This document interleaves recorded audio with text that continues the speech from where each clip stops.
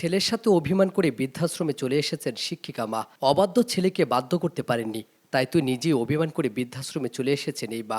17 বছর একটি ইউনিভার্সিটিতে শিক্ষকতা করেছেন এই বৃদ্ধ মা। পাশাপাশি নিজের ছেলেকে উচ্চ শিক্ষায় শিক্ষিত করেছেন দেশের বাইরে থেকে। কিন্তু মায়ের কথায় তিনি কখনোই চলতো না। তাই অবাধ্য ছেলেকে যখন তিনি বাধ্য করতে পারছেন না, তখন অভিমান করে গাজীপুরের একটি বৃদ্ধাশ্রমে চলে এসেছেন এই বৃদ্ধ মা। বলছেন ছেলের সাথে এখনো তার অভিমানটি রয়ে গেছে। গত 2 মাস আগে ছেলে ফোন দিয়েছিল, তখন যোগাযোগ হয়েছে এবং একটু কথা হয়েছিল। এরপর থেকে ছেলেও কোনো যোগাযোগ করছে না।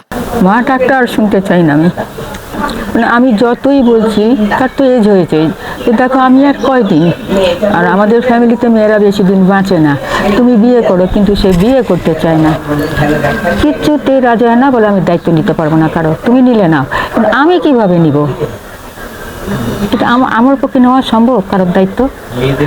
যে বিয়ে করবে সে নিবে, তাই না? কিন্তু সে দায়িত্ব নিতে চায় না। সে বলে আমি একা আছি, ভালো আছি।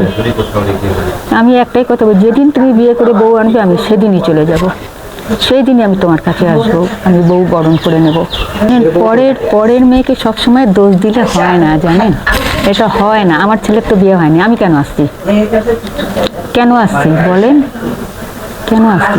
পরের মেয়েকে যদি আমি নিজের মেয়ে মনে করে জায়গা দিস, পরের মেয়ে কখনো আমাকে ভুল বুঝতে পারে না, অসম্ভব।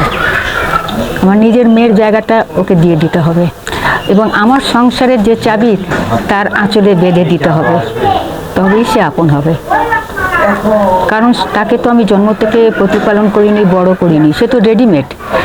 তাকে আমার ভালোবাসাটা অন্তর থেকে দিতে হবে, দিয়ে আমার চাবিকাঠি তার আঁচলে যদি বেঁধে দিই যে আজ থেকে তুমিই সব, আমি কেউ না, আমি মেহমান, তাহলে কোনো পরের মেয়ে তাকে ফেলতে পারে না, শাশুড়িকে।